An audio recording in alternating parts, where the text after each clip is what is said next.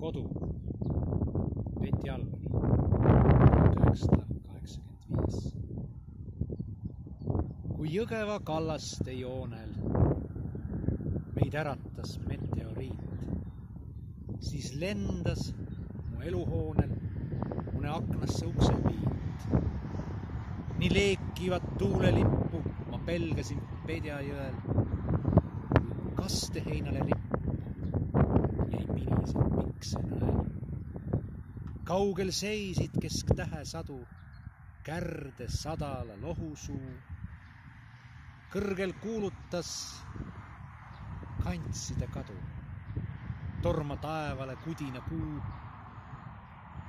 Aga kui Painküla päike laulis aasa heinade aust, siis nutsin ma ise nii väike ja tundsin liig suur.